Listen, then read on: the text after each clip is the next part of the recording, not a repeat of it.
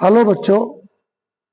असल में आपने कंट्रोल पैनल बाहर से तो बहुत देखे होंगे, जिधर से हम उसे ऑपरेट करते हैं, लेकिन आपने अंदर से नहीं देखा होगा। आज का हमारा टॉपिक यही है कि अंदर से कंट्रोल पैनल कैसा होता है, उसकी वायरिंग कैसी होती है। ठीक है, ये आप देख रहे हैं, ये हमारा क्या है, ऑटो ट्रांसफार्मर है। ठीक है, अब इसके अंदर से कनेक्शन कैसे करते हैं वो मैं आज इसमें एक्सप्लेन करूंगा। ये आप देख रहे हैं, ये सब क्या है, ये एसी बोल्ट लिखी हुई है। देख रहे हैं यहाँ पे ये कितना लिखा हुआ है, 240।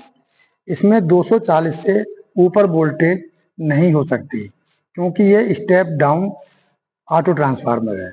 इसे ऑटो ट्रांसफार्मर बोलते हैं और डिमर भी बोलते हैं। देखिए यहाँ लिखा हुआ है वेरिएबल डीसी डिमर। ठीक है, लेकिन मैं आपको बता दूं, ये डीसी पे काम नहीं करता। कोई भी ट्रांसफार्मर है वो एसी पे ही काम करता है। डीसी डिमर इसलिए बोला गया है क्योंकि ये डीसी मशीन की, ये देखिए ये डीसी मशीन है, डीसी मशीन की स्पीड को कंट्रोल करता है। ठीक है, इसलिए इसको डीसी डिमर बोला गया है। मैं अभी आपको अंत से दिखाता हूँ। कंट्रोल पैनल एक बार आप देख लें, क्योंकि तभी समझ में आएगा कि कंट्रोल पैनल मतलब अंदर से कैसा होगा, क्योंकि ये सब चीजें रिवर्स हो जाएंगी। जैसे वोल्ट मीटर इधर है तो फिर अंदर दिखाऊंगा तो ये राइट हैंड पे हो जाएगा। ठीक है, तो इसको जरा ध्यान से आप देखो। हाँ तो बच्चों ये देखो, ये है हमारा ऑटो ट्रांसफार्मर, जो मैंने लास्ट वीडियो में बताया था आपको कि उसमें 3 टर्मिनल होते हैं। असल में ये सिंगल कॉइल होती है, और सिंगल कॉइल को 2 जगह हम सप्लाई देते हैं, एक न्यूट्रल और एक फेस। बीच वाला जिसमें लगा हुआ था पॉइंटर, वो ये वाला हिस्सा है। देखो जब मैं इसे घुमाऊंगा तो ये पूरा घूमता है, घूम रहा है ना ये देखिए इसमें ये यहाँ से अलग अलग टेपिंग पे ये अलग अलग वोल्टेज देता है। टेपिंग वाला है, आपको नहीं आता होगा। ट्रांसफार्मर में टेपिंग करके हम बहुत सारी वोल्टेज ले सकते हैं।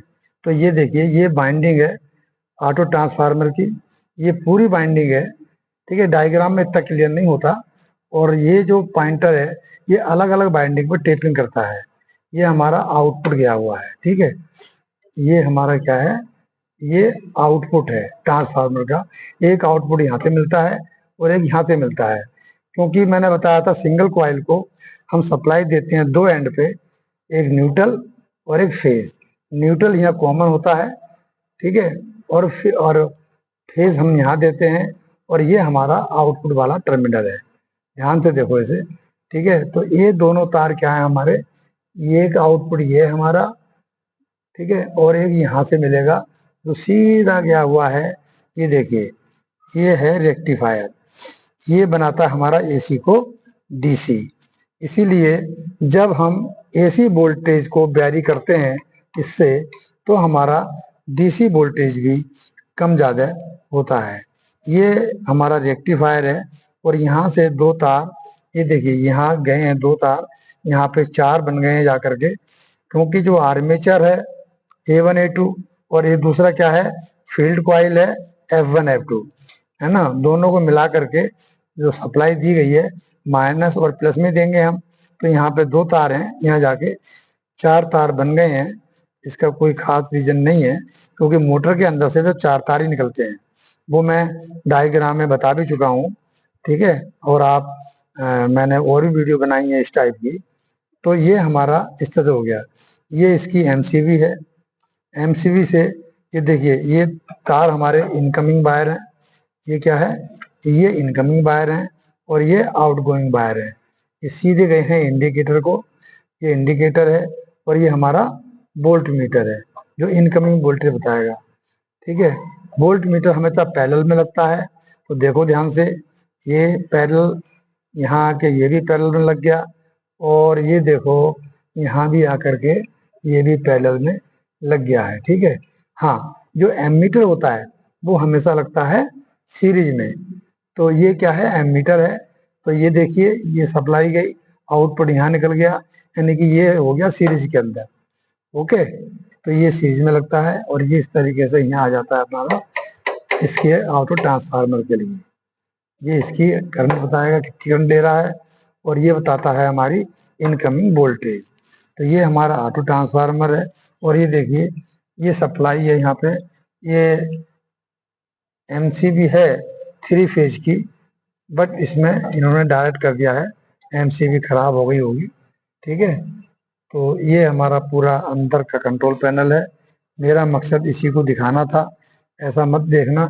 और मैं तुम्हें थोड़ा बारीकी से दिखाता हूँ कि ये देखिए जब हम घुमाते हैं इसको, ये लगा हुआ देखिए कार्बन ब्रश।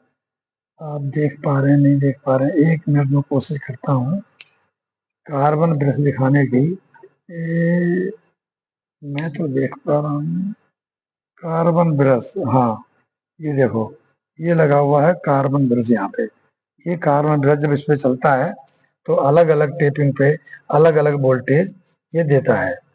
राइट बच्चों, तो मेरे ख्याल से मुझे यही दिखाना था कि कंट्रोल पैनल अंदर से कैसे होता है। एक बार फिर से देख लो इसको।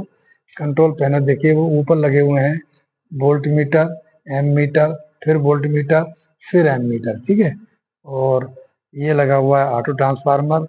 ये 3 एमसीबी वो लगी हुई हैं और चौथी एमसीबी ये मैन एमसीबी है। ओके बच्चों, तो अंदर से कंट्रोल पैनल, और ये हमारे 3 इंडिकेटर हैं ये वाले। ठीक है, ये तीनों इंडिकेटर है RYB।